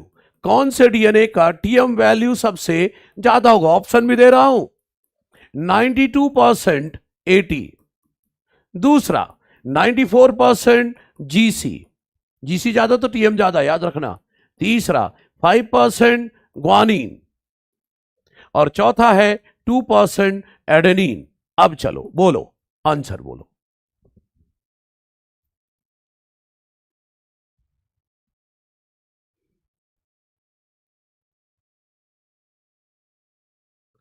Option 2 है, कुछ लोग 4 भी दे रहे हैं, अच्छा गुड, कुछ लोगों ने पकड़ लिया, बिल्कुल सही है, सेकंड नहीं फोर्थ, कभी कभी जो दिखता है वो होता नहीं है ना। देखो बच्चों, आप लोग जो 4 बोल रहे हैं वो जो 2 बोल रहे हैं वो इसलिए बोल रहे हैं सर सेकंड ऑप्शन में ना जीसी ज्यादा है 94%। अरे इधर आओ, चौथा ऑप्शन देखो, चौथे ऑप्शन में अगर एडेनिन 2% है तो थाइमीन भी तो 2% है, तो ए और टी मिलाकर तो 2% दोनों है, तो 4% में पूरा 80 खत्म। क्या कहते हो? 2% ए तो 2% टी, तो ए और टी मिलाकर 4%। तो जीसी कितना बचा? 96%। भाई सेकंड ऑप्शन में तो 94% जीसी है, और चौथे ऑप्शन में क्या 96% जीसी छिपा हुआ है, तो आंसर जाएगा बिल्कुल सही, फोर्थ। राइट, ओके, ठीक है, बिल्कुल सही बोल रहे हैं, मैक्सिमम लोगों ने सही आंसर दिया है। ठीक है, चलिए बच्चों, अब हम आते हैं एनसीईआरटी के टॉपिक पर। सबसे पहला टॉपिक जिस पर आपको दिमाग लगाना है, और वो है double helix model of DNA. अब मैं अभी थोड़ी देर में एनसीईआरटी भी बोलने वाला हूं, तो बहुत अलर्ट रहिएगा। अब शुरुआत करते हैं double helix model of DNA. ठीक है, चलिए आ जाइए। ओके, तो टॉपिक है double helix model of DNA. मेरी बात ध्यान से सुनिएगा। ये जो मॉरिस विल्किंस थे, कौन? मॉरिस विल्किंस थे और रोजालिंड फ्रैंकलिन। मॉरिस विल्किंस और रोजालिंड फ्रैंकलिन बच्चों, इन्होंने स्टडी किया था पहली बार molecular structure of DNA. Structure of DNA पढ़ा था by use of technique X-ray crystallography, या बोलो X-ray diffraction technique. X-ray crystallography या एक्सरे डिफ्रैक्शन टेक्निक स्टडीड है ना, ये स्टडीड है by use of X-ray crystallography या एक्सरे डिफ्रैक्शन टेक्निक। अब सुनिए मेरी बात, इन्होंने जो देखा डीएनए का स्ट्रक्चर, बिल्कुल X ray crystallography X ray diffraction technique से देखा था। अब मेरी बात सुनिए, इन्होंने जो देखा था, ठीक है, उसे पेपर में पब्लिश करा दिया। उसमें क्या जो भी देखा था इन लोगों ने, उसको पेपर में छपवा दिया। फिर उसी समय दो और लोग लगे थे। कौन कौन? जेम्स वॉटसन और फ्रांसिस क्रिक। वो भी लगे थे इसी काम में। क्या कर रहे थे? डीएनए का स्ट्रक्चर पढ़ रहे थे। तो कुछ तो इन्होंने खुद खोजा, कुछ विल्किंस और फ्रैंकलिन का वो जो एक्सरे डिफ्रैक्शन से डेटा आया था वो यूज किया। दोनों को मिलाकर दे दिया double helix model of DNA 1953 में। कौन सा डीएनए पढ़ा था इन्होंने? B DNA. देखो बाद में आएगा, डीएनए कई तरह का, A DNA, B DNA, C DNA, D DNA, Z DNA, कई तरह का होता है, लेकिन सबसे common DNA is B DNA. तो इन्होंने बी डीएनए पढ़ा था। कब दिया था मॉडल? 1953 में। तो देखो मैं बोल रहा हूं, on the basis of X ray diffraction data, on the basis of X ray diffraction data of Wilkins and Franklin. Wilkins Franklin की इंफॉर्मेशन इन्होंने यूज की। James Watson and Francis Crick. James Watson and Francis Crick proposed double helix model of DNA. क्या propose कर दिया? Double helix model of DNA दे दिया। कौन सा डीएनए पढ़ा था? B DNA. कब? 1953 में डबल हेलिक्स मॉडल दे दिया। टेस्ट में रैंक आएगी, सब आएगा बच्चे, आगे पढ़ो सही, है ना। अच्छा, डबल हेलिक्स मॉडल तो आ गया 1953 में। फिर 1962 में वॉटसन को, क्रिक को और विल्किंस को नोबेल प्राइज मिला। किसको किसको? वॉटसन, क्रिक और विल्किंस, इन सब को नोबेल प्राइज मिला 1962 में। अब ये ना सोचो भाई, ये ना सोचो कि भेदभाव हो गया रोजालिंड फ्रैंकलिन के साथ, नहीं। उनकी बच्चों डेथ हो गई थी, उनकी डेथ हो गई थी, और नोबेल प्राइज सिर्फ सर्वाइविंग मेंबर को मिलती है। ये हर्षवर्धन पूछ रहा है व्हाई नॉट फ्रैंकलिन। कोई भेदभाव नहीं हुआ था भाई, डेथ हो गई थी उनकी because of cervical cancer at the age of 38। सही है, तो जो सर्वाइविंग मेंबर होते हैं उनको मिलता है, इसलिए। ठीक है, अरे हम बॉडी टेम्परेचर तो हमारा भाई 37 है, हाइड्रोजन बॉन्ड तो कब टूटेंगे 80-90 पर, इतना टेम्परेचर थोड़ी ना बॉडी में। अच्छा ठीक है बच्चों, तो ये डबल हेलिक्स मॉडल का इंफॉर्मेशन हुआ। अब क्वेश्चन आ गया कि double helix model of DNA किस पर बेस्ड है, ध्यान से सुनिएगा। ठीक है चलो देखो क्या बोल रहा हूं, डबल हेलिक्स, अक्षत ध्यान से देख ले भाई, है ना, देखो क्या बोल रहा हूं, डबल हेलिक्स मॉडल किस पर बेस्ड है। देख तेरे लिए ऐसे लिखते हैं, double helix model of DNA किस पर बेस्ड है। तो एनसीईआरटी ने बताया है 3 चीजों पर बेस्ड है। तो अक्षत बताओ भाई किन किन बातों पर बेस्ड है। एक तो सर आपने ऊपर लिख दिया, X ray diffraction data of Wilkins, X ray diffraction data of Wilkins और फ्रैंकलिन, उनकी इंफॉर्मेशन से ही तो इनका डबल हेलिक्स मॉडल बना। तो सर एक तो अक्षत इस पर बेस्ड है, दूसरा तीसरा बता बच्चे, 2 और 3। कहां गया अक्षत। तो हाँ सौम्यदीप सही बोल रहा है, और ठीक है, अच्छा ठीक है आ जाओ, हाँ बिल्कुल सही, कहां गया, श्रेयांश ने सही लिखा है। दूसरा है कॉम्प्लीमेंट्री बेस पेयरिंग पर, किस पर बेस्ड है, कॉम्प्लीमेंट्री बेस पेयरिंग पर। और तीसरा ये बेस्ड है चारगाफ रूल पर। सर आपको कैसे पता, एनसीईआरटी ने तो ये लिखा है कि on the basis of X ray diffraction data of Wilkins Franklin, ये मॉडल बेस्ड है। लेकिन बात रही ये कॉम्प्लीमेंट्री बेस पेयरिंग पर बेस्ड है, चारगाफ रूल पर बेस्ड है, इसके लिए क्या करूं, तो आप ऐसा करो, आप एनसीईआरटी में आ जाओ, खोलो एनसीईआरटी जरा, और एनसीईआरटी में आ जाओ, पुरानी एनसीईआरटी है तो पेज 97 3rd पैराग्राफ, नई है तो 81 3rd पैराग्राफ।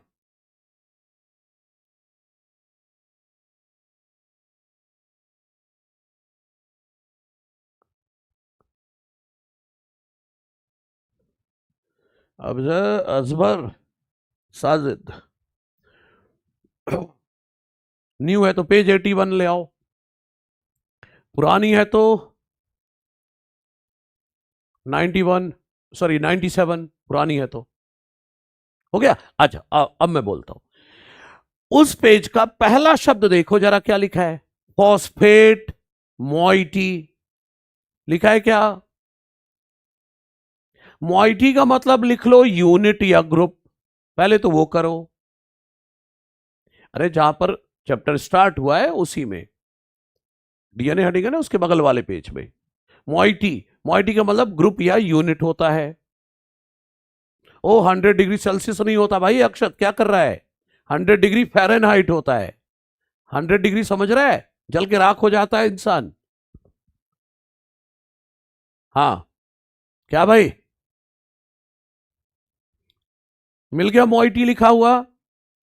हाँ मॉइटी का मतलब बच्चे अगर आपके पास पुरानी है और ज्यादा रंगा हुआ नहीं है तो पुरानी यूज कर लो, कोई दिक्कत नहीं है। लेकिन अगर रंगी हुई है खूब तो नई खरीद लो, क्योंकि दोबारा पढ़ोगे तो एक एक लाइन पर फोकस करोगे। ठीक है ओके, हाँ ठीक है ठीक है चलो आ जाओ। मैं क्या बोल रहा हूं, पहला वर्ड क्या लिखा था, मॉइटी, फॉस्फेट मॉइटी, मॉइटी मतलब ग्रुप या यूनिट। ठीक है अब किनारे हो।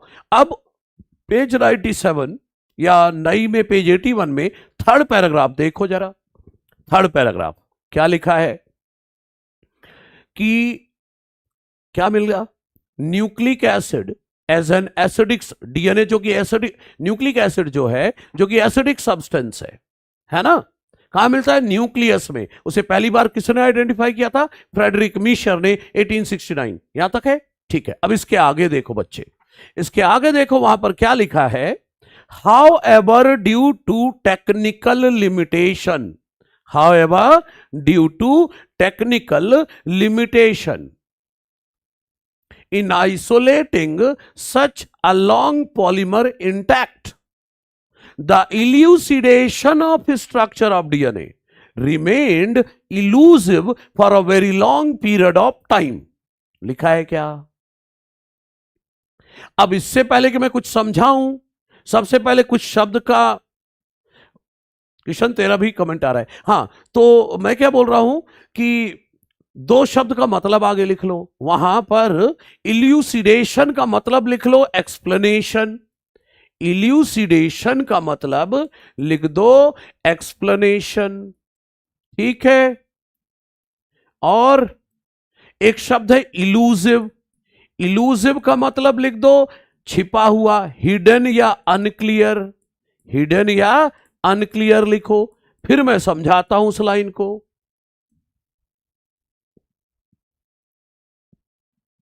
ठीक है, हां, अच्छा आ जाओ आशुतोष,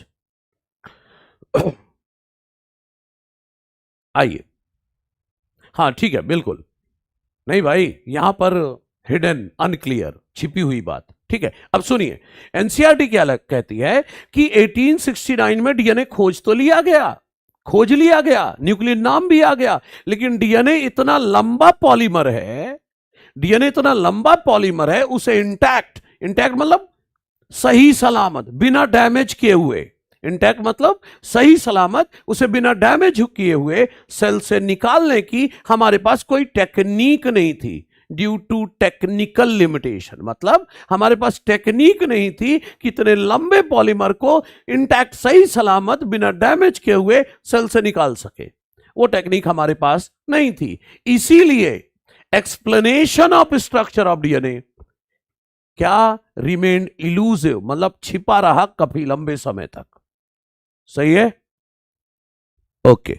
अरे योगेश, कहने का मतलब यही है कि डीएनए इतना, डीएनए तो 1869 में खोज लिया गया, लेकिन डीएनए इतना लंबा पॉलीमर है, उसे सेल से सही सलामत निकालने की हमारे पास टेक्निक ही नहीं थी, इसलिए डीएनए का स्ट्रक्चर काफी समय तक छिपा रहा, उसका एक्सप्लेनेशन, उसका डिस्क्रिप्शन हमारे पास नहीं आया। सही है, यही लिखा है वहां पर भी, है ना। अच्छा, इसके बाद बारी आई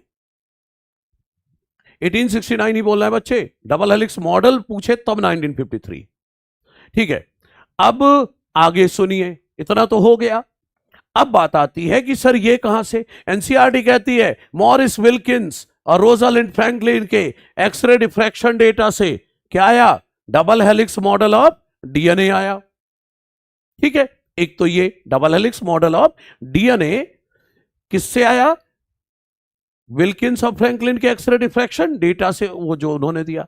लेकिन उसके आगे एनसीआर, हाँ बिल्कुल, उसके आगे, आगे सुनो, उसके आगे एनसीईआरटी लिखती है वन ऑफ द हॉलमार्क, सबसे पहले हॉलमार्क का मतलब लिख लो स्पेशलिटी, उसी पैराग्राफ में हॉलमार्क में लिख लो स्पेशलिटी, ठीक है ना अंशु। ओल्ड मतलब बहुत ज्यादा ओल्ड नहीं भाई, ओल्ड मतलब अगर तेरे पिछले साल किया है ना तो 81 पेज पे ही देख, ठीक है। जहां पर चैप्टर शुरू हुआ है ना उसका तीसरा पेज है, चल अंशु, ठीक है। तो आपको मिला वहां पर हॉलमार्क, हॉलमार्क का मतलब लिख दो स्पेशलिटी। एक और शब्द है बगल में, प्रोपोजिशन, क्या है, प्रोपोजिशन, क्या, प्रोपोजिशन, प्रोपोजिशन का मतलब है सजेशन, क्या, प्रोपोजिशन का मतलब है सजेशन। हॉलमार्क मतलब खास बात, स्पेशलिटी, प्रोपोजिशन मतलब सजेशन, ठीक है। अब सुनो एनसीईआरटी क्या बोलती है, एक तो विल्किंस और फ्रैंकलिन के एक्सरे डिफ्रैक्शन डेटा पर बेस्ड था, एक, दूसरा, दूसरा ये है कि वन ऑफ द हॉलमार्क मतलब one of the speciality of their suggestion, उनके सजेशन की खास बात क्या थी, base pairing between the two strands of polynucleotide chain, DNA के दो पॉलीन्यूक्लियोटाइड चेन के बीच क्या होती है, बेस पेयरिंग होती है, इस पर भी बेस था, यही है कॉम्प्लीमेंट्री बेस पेयरिंग। फिर आगे एनसीईआरटी लिखती है हाउएवर दिस प्रोपोजिशन, मतलब ये सजेशन और किस पर बेस था, ऑब्जर्वेशन ऑफ एरविन चारगाफ कि ए अपॉन टी कांस्टेंट है 1 है, जी अपॉन सी कांस्टेंट है और 1 है, यही तो लिखा है। आशुतोष मैं जो बोल रहा हूं ना, एक ही शब्द के कई मतलब होते हैं बच्चे, तो आप अपना दिमाग नहीं लगाओ, जो मैं बोल रहा हूं ना यार नीट निकालना है तो बस वो फॉलो करो, ठीक है। एक ही शब्द के कई मतलब है, ठीक है। तो मैं फिर से बोल देता हूं एक बार लास्ट, क्या एनसीईआरटी ने क्या लिखा है, एक तो एक्सरे, ये मिट गया है, एक किस पर बेस्ड है, X ray diffraction data of Wilkins Franklin. दूसरा कि डीएनए के दोनों स्ट्रैंड के बीच बेस पेयरिंग होती है, वो हो गया कॉम्प्लीमेंट्री बेस पेयरिंग। और दूसरा कि ये जो कॉम्प्लीमेंट्री बेस पेयरिंग हुई, ये कहां से पता चला, एरविन चारगाफ के ऑब्जर्वेशन से, तो हो गया चारगाफ रूल। तो नीट में अगर सवाल आ जाए double helix model of DNA किस पर बेस था, तो इन तीनों पर। Clear, okay done. अब आगे बढ़ते हैं बच्चों, ठीक है, किस पर बेस्ड है वो हो गया। अब डबल हेलिक्स मॉडल है क्या, उस पर बात करते हैं, थोड़ा बहुत पढ़ लेते, थोड़ा अगली क्लास में होगा, है ना। आ जाइए, देखो बच्चों, double helix model of DNA में आप जानते हैं दो पॉलीन्यूक्लियोटाइड चेन होती है, तो चलो बनाते हैं। देखो यहां पर एडेनिन है, मान लो एडेनिन है, यहां थाइमीन है, सॉरी यहां पर थाइमीन वाला हिस्सा सामने ले आएंगे। अभी यहां पर एडेनिन से क्या जुड़ा होता है, शुगर से क्या जुड़ा होता है, फॉस्फेट। ये बन गया ना एक न्यूक्लियोटाइड, ये क्या बन गया, एक न्यूक्लियोटाइड, ठीक है। फिर ग्वानिन के सामने शुगर से क्या जुड़ा है, फॉस्फेट, ये एक न्यूक्लियोटाइड। फिर मान लो यहां साइटोसिन है, जुड़ा है शुगर से, फिर एक फॉस्फेट, ये भी एक न्यूक्लियोटाइड। सही है, ध्यान से। अब देखो मेरी बात, ये जो फॉस्फेट है ना, ये पिछले शुगर से जोड़ दो, इस फॉस्फेट को पिछले शुगर से जोड़ दो। मान लो इस शुगर का OH ग्रुप फ्री है, क्या फ्री है, OH ग्रुप फ्री है, ठीक है। तो गौर करिए, देखो ना, ध्यान से देखो ना, ध्यान से, इस शुगर का फॉस्फेट ग्रुप फ्री है, मतलब इधर 5' एंड है, इस शुगर का OH ग्रुप फ्री है, मतलब ये 3' एंड है। बच्चों ये वाला डीएनए स्ट्रैंड क्या हो गया, 5 से 3, ठीक है। अच्छा, ये इसे बोलूं first strand of polynucleotide chain, इसे क्या बोलूं, first strand of polynucleotide chain. अरे भाई दो पॉलीन्यूक्लियोटाइड चेन है ना, एक रहा ये, अब इसी का कॉम्प्लीमेंट्री सामने बना दो, चलो बनाते हैं। तो साइटोसिन के सामने क्या बनाऊं, ग्वानिन, ये शुगर, ये फॉस्फेट, इसके सामने साइटोसिन, शुगर, फॉस्फेट, इसके सामने थाइमीन, शुगर, फॉस्फेट, और मान लो इस शुगर का OH ग्रुप फ्री है, और ऐसे जोड़ दो शुगर फॉस्फेट। अच्छा देखो तो बच्चों, इस बार शुगर का OH इधर का फ्री है, तो ये 3' एंड है, और इस शुगर का जैसे फॉस्फेट फ्री था, इस शुगर का फॉस्फेट फ्री था तो 5', इस शुगर का OH फ्री था तो 3', इधर इस शुगर का OH फ्री है 3', और इस शुगर का फॉस्फेट फ्री है मतलब 5'। सही है, ये देखो, ये 5 से 3 पढ़ोगे तो नीचे आओगे, वो 5 से 3 पढ़ोगे तो ऊपर की तरफ जाओगे, समझ रहे हो, ओके ठीक है। तो इसे बोलूं second strand of polynucleotide chain, ये है second strand of polynucleotide chain, second strand है भाई पॉलीन्यूक्लियोटाइड चेन का। Clear, okay. तो अब मेरी बात सुनिए, क्या डीएनए मॉलिक्यूल जो है, डीएनए मॉलिक्यूल की बात कर रहा हूं मैं, डीएनए मॉलिक्यूल जो है 107 पेज नहीं था नामिका, 104 पेज में तो बच्चों डीएनए रेप्लिकेशन चालू हो जाएगा, ठीक है ना। तो जो मैंने बोला 12th एनसीईआरटी थी वो, है ना, 11th नहीं खोल लिया तूने, ठीक है। चलिए आइए, अब मैं बोल रहा हूं, देखिए दो स्ट्रैंड है पॉलीन्यूक्लियोटाइड चेन के।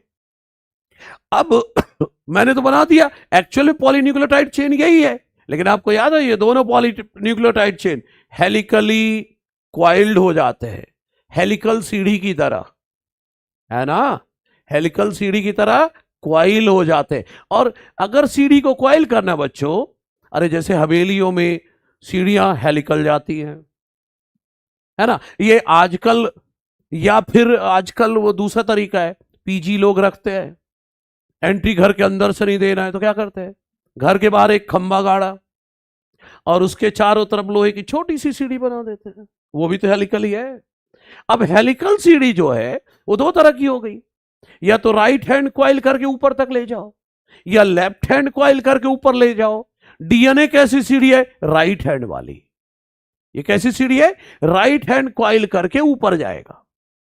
अगली क्लास में मैं दो तरह के डीएनए बनाऊंगा, राइट हैंडेड और लेफ्ट हैंडेड डीएनए, तो तब देख लेना। अभी क्या कर सकता हूं वो देख लो। अभी मैं सिर्फ इतना कर सकता हूं, इसको राइट की तरफ ट्विस्ट कर देता हूं, ये ऐसे। तो देखो ना, मैंने किधर को ट्विस्ट कर रखा है? राइट की तरफ, तो राइट हैंडेड है। तो मैं बोल रहा हूं डीएनए मॉलिक्यूल में दो पॉलीन्यूक्लियोटाइड चेन है जो कि हेलिकल सीढ़ी की तरह क्वाइल्ड है। किस डायरेक्शन में? Right handed. किस डायरेक्शन में? Right handed. ठीक। अच्छा सर, आप डीएनए ऐसा बना रहे हो, डीएनए तो ये है। अरे तो इसी को उसमें चलो फिट कर देते हैं, इसी को उसमें चलो फिट करता हूं। आ जाओ, कलर चेंज करके करता हूं। हाँ आ जाओ, देखते हैं। मान लो बच्चों, यहां पर शुगर है, यहां, एक सेकंड,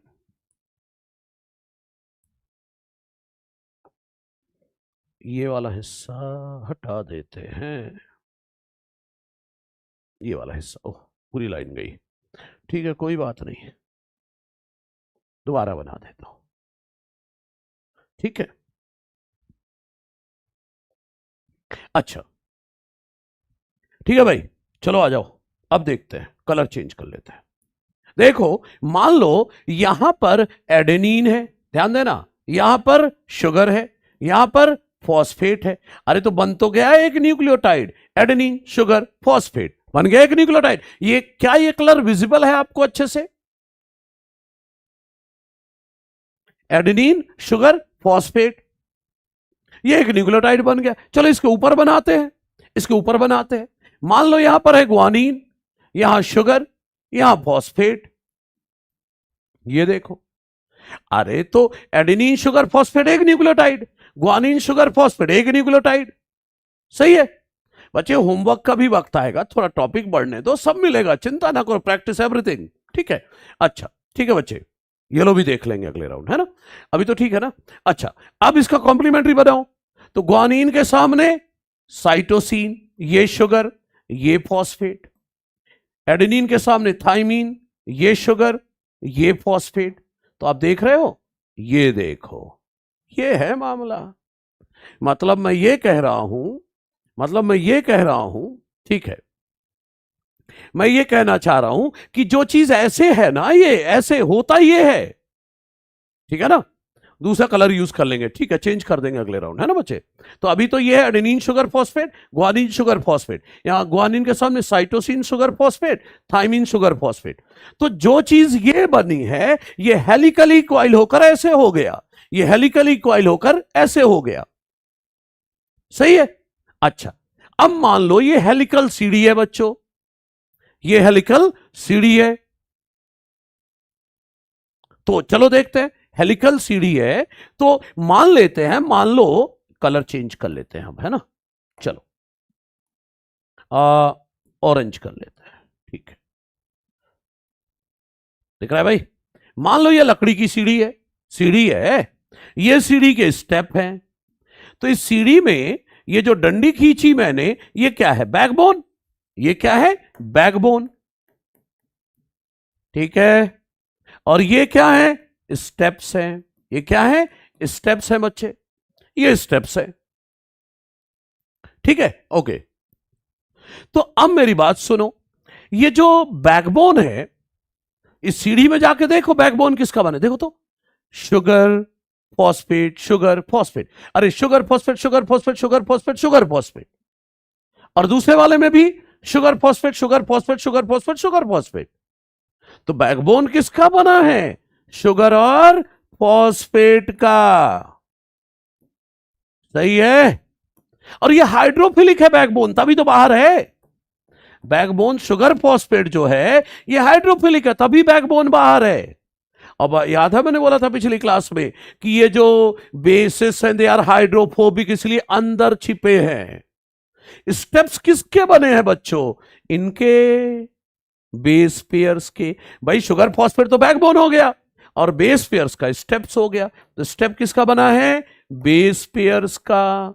किसका? बेस पेयर का। इधर भी मार्क कर दो, शुगर फॉस्फेट बैकबोन बना रहा है, शुगर फॉस्फेट बैकबोन बना रहा है, और ये जो बेस पेयर्स हैं ये सीढ़ी के स्टेप्स बना रहे हैं।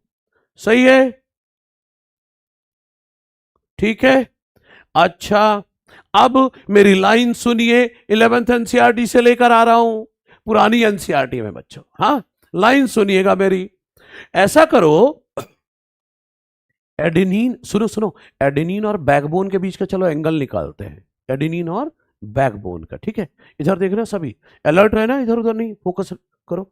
ये एडेनिन है और ये बैकबोन है। बच्चे बोलो, एडेनिन और बैकबोन के बीच का एंगल क्या दिख रहा है? एडेनिन और बैकबोन के बीच का एंगल मोर देन परपेंडिकुलर है या नहीं? है ना? है, मोर देन परपेंडिकुलर। अच्छा, ग्वानिन और बैकबोन के, ग्वानिन और बैकबोन, बोलू लेस देन परपेंडिकुलर। ग्वानिन और बैकबोन के बीच कितना है? Less than perpendicular. इसका मतलब यह हुआ कि जो नाइट्रोजन बेस है और बैकबोन के बीच का एंगल मोर और लेस परपेंडिकुलर है, परपेंडिकुलर से कम या ज्यादा होते हैं। लेकिन ये नाइट्रोजन बेस होते अंदर की तरफ है, क्योंकि ये हाइड्रोफोबिक है। मतलब एनसीईआरटी की लाइन पढ़ के सुना रहा हूं, नाइट्रोजन बेसिस आर प्रोजेक्टेड, मतलब नाइट्रोजन बेस ना प्रोजेक्टेड है, मतलब उभरे हुए हैं, बैकबोन से निकले हुए हैं, बैकबोन से निकले हुए हैं। ठीक है, और होते मोर और लेस परपेंडिकुलर है, लेकिन होते अंदर है। लाइन लिख रहा हूं एनसीईआरटी की, संभालना। Nitrogen bases are projected, nitrogen bases are projected more or less perpendicular to the backbone. Nitrogen bases are projected more or less perpendicular to the backbone. Backbone से more or less perpendicular निकले होंगे, but face inside, लेकिन होंगे अंदर की ओर। अरे पिछली class में बताया तो था, नाइट्रोजन है base, nitrogen base are hydrophobic, पिछली क्लास में बताया था। तो फिर से इस लाइन को समझ लो, नाइट्रोजन बेस जो है बैकबोन से उभरे हुए हैं, प्रोजेक्टेड है, निकले हुए हैं बैकबोन से, लेकिन कितने एंगल पर? मोर और लेस परपेंडिकुलर, लेकिन होते अंदर की तरफ हैं, होते अंदर की तरफ हैं। क्यों? क्योंकि हाइड्रोफोबिक है, पानी से डरते, इसलिए छिप रहे हैं। सही है? ठीक है बच्चों, ओके। तो एक तो ये हो गया,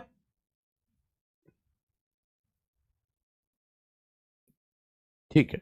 तो एक बैकबोन की बात हो गई, फिर से बात करते हैं, ध्यान दीजिएगा सभी। तो एक तो बात कर ली कि ये हेलिकली कॉइल्ड है, हेलिकली कॉइल्ड है राइट हैंडेड मैनर में, शुगर फॉस्फेट बैकबोन बनाते हैं। और क्या बताया? नाइट्रोजन बेसिस मोर और लेस परपेंडिकुलर टू बैकबोन होते हैं, लेकिन फेस इनका मतलब होते अंदर की तरफ है, क्योंकि हाइड्रोफोबिक है, होते हाइड्रोफोबिक है, इसलिए अंदर की तरफ है। सही है। दूसरी बात, ये दोनों स्ट्रैंड एंटी पैरेलल पोलैरिटी, गुलाम मुज्तबा एनसीईआरटी ही चल रही है भाई, डबल हेलिक्स मॉडल की लाइन है, एनसीईआरटी है, अच्छे से पढ़ेगा तब ना पता चलेगा तुझे। अच्छा, एनसीईआरटी कहती है ये दोनों स्ट्रैंड, 11th एनसीईआरटी की लाइन थी ये, 11th एनसीईआरटी की, ये जो अभी बोली, ठीक है। अच्छा चलो देखो सुनो, अब एनसीईआरटी कहती है both the two strands have anti parallel polarity. अरे वही, मतलब एक स्ट्रैंड की पोलैरिटी 5 से 3 है, और दूसरे की पोलैरिटी 3 से 5 है। यही है ना एंटी पैरेलल पोलैरिटी। एक की पोलैरिटी 5 से 3, दूसरे की 3 से 5, ये एंटी पैरेलल हो गया। डीएनए के दोनों स्ट्रैंड क्या है? एंटी पैरेलल हैं। और सुनो, डीएनए के दोनों स्ट्रैंड्स कॉम्प्लीमेंट्री है एक दूसरे के कॉम्प्लीमेंट्री है, एक दूसरे के क्या है? कॉम्प्लीमेंट्री है। अब इसका क्या मतलब है? देखो सुभांशु, देखो अभी समझो जरा, मैं क्या बोल रहा हूं कि एक दूसरे के ये दोनों स्ट्रैंड कॉम्प्लीमेंट्री हैं। आ जाओ देखते हैं कॉम्प्लीमेंट्री का क्या मतलब है। कॉम्प्लीमेंट्री का मतलब ये, देखो जिस पेज में थे ना आप एनसीईआरटी पढ़ रहे थे, थर्ड पैराग्राफ खुलवाया था, अब चौथा पैराग्राफ पकड़ रहा हूं मैं, ध्यान से सुनना जरा। बात यह है कि both the two strands are, both the two strands are complementary to each other. दोनों स्ट्रैंड एक दूसरे से कॉम्प्लीमेंट्री है। सर इसका हमें क्या फायदा? हमें क्या फायदा है जान लो। हमें यह फायदा है कि अगर एक स्ट्रैंड का बेस सीक्वेंस हमें बता दिया किसी ने, तो दूसरे स्ट्रैंड का सीक्वेंस हम बता सकते हैं। ए के सामने टी, टी के सामने ए, जी के सामने सी, सी के सामने जी, ए के सामने टी, है कि नहीं? बोलो भाई।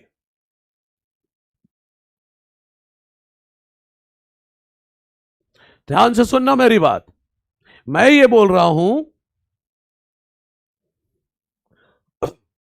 फिर से सुनना मेरी बात। मैं एनसीईआरटी कहती है कि दोनों स्ट्रैंड एक दूसरे का कॉम्प्लीमेंट्री है। So if sequence of bases in one strand, if sequence of bases in one strand is known, then base sequence in other strand can be predicted. अगर एक स्ट्रैंड का बेस सीक्वेंस पता है तो दूसरे स्ट्रैंड का sequence हम predict कर सकते हैं, बता सकते हैं, बिल्कुल बता सकते हैं।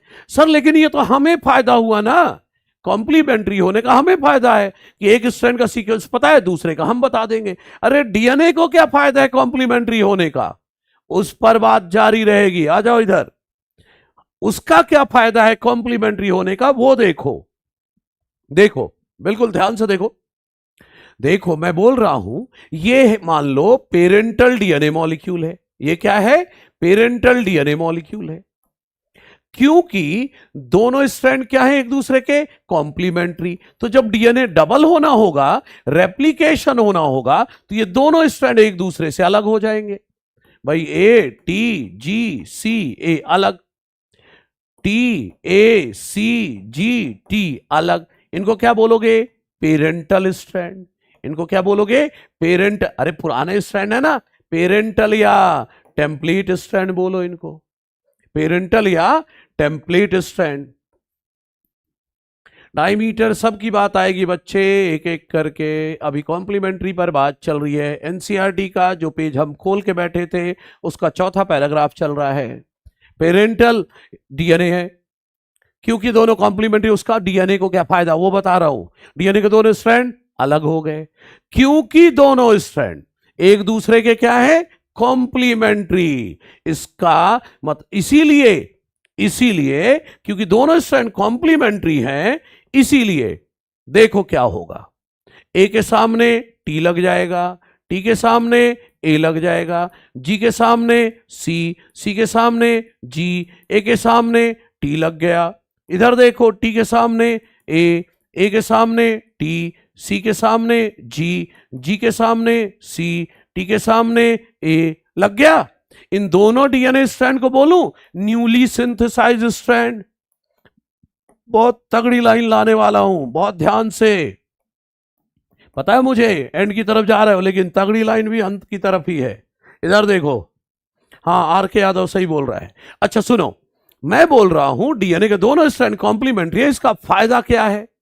तो हमें फायदा यह कि एक स्ट्रैंड का सीक्वेंस पता है, दूसरे का हम बता देंगे। लेकिन डीएनए को क्या फायदा है? डीएनए को फायदा यह है बच्चों कि डीएनए के दोनों स्ट्रैंड अलग हो गए क्योंकि दोनों स्ट्रैंड कॉम्प्लीमेंट्री है। अगर कॉम्प्लीमेंट्री ना होता तो ए के सामने कुछ भी लग जाता, जी के सामने कुछ भी लग जाता, लेकिन क्योंकि कॉम्प्लीमेंट्री है तो हर ए के सामने टी, जी के सामने सी। तो देखो ना, दो डॉटर डीएनए मॉलिक्यूल बन गए। क्या बन गए? दो डॉटर डीएनए मॉलिक्यूल बन गए। और देखो जरा, ये दोनों डॉटर डीएनए मॉलिक्यूल 100% आइडेंटिकल हैं। क्या? आइडेंटिकल है टू पेरेंटल डीएनए, है कि नहीं? बिल्कुल, एनसीईआरटी ने यही लिखा है, identical to dot parental DNA है। राइट? हाँ, इसी को अफजर सही बोल रहा है कि इसी को सेमी कंजर्वेटिव डीएनए रेप्लिकेशन कहते हो। सेमी मतलब क्या होता है? 50%, आधा।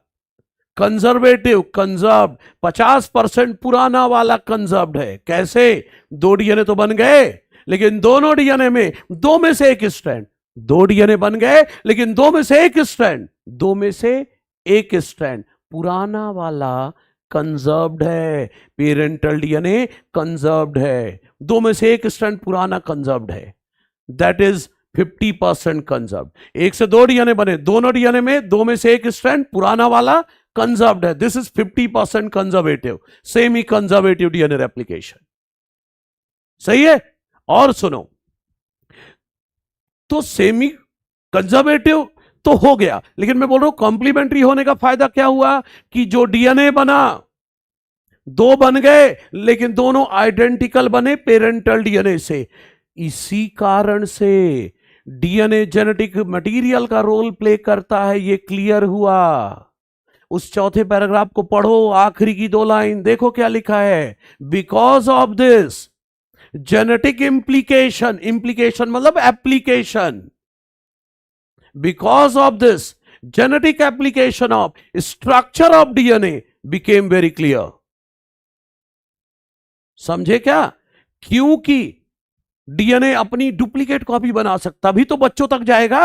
100% जैसे पेरेंट वैसे बच्चों तक कॉपी कैसे जाएगी डीएनए की? क्योंकि जेनेटिक रेप्लिकेशन वैसे ही होगा, डीएनए रेप्लिकेशन ऐसे ही होगा कि एक से दो डीएनए बनेंगे और दोनों पेरेंटल डीएनए जैसे हैं, तो अगली जनरेशन के लिए भी सेम डीएनए जाएगा। तो क्योंकि डीएनए अपनी कॉपी बना सकता है, इसीलिए genetic role of DNA clear हो गया कि डीएनए जेनेटिक मटेरियल का रोल प्ले करता है। क्या ये क्लियर है सभी को? ठीक है, एक आखिरी बात बताना चाहता हूं बच्चों, डीएनए का जो डायमीटर होता है ना बच्चों, डीएनए का डायमीटर, ज्यादा बातें तो अगली क्लास में करूंगा मैं, लेकिन अभी थोड़ा सा बताना चाह रहा हूं। डीएनए का जो डायमीटर होता है ना बच्चों, वो होता है 20 एंगस्ट्रॉम, बोले तो 2 नैनोमीटर। किसी ने पूछा डायमीटर की वैल्यू, तो ये बता दो, हाँ बिल्कुल डायमीटर बता दो, लेकिन कोई बोले थ्योरी में बताओ डायमीटर क्या है, तो सुनो, इधर आओ, इधर आओ, सबसे लंबी दूरी ही तो डायमीटर होगी, तो इसका मतलब यह हुआ सबसे लंबी दूरी कौन सी है? फॉस्फेट से लेकर फॉस्फेट तक, यही है लंबी दूरी।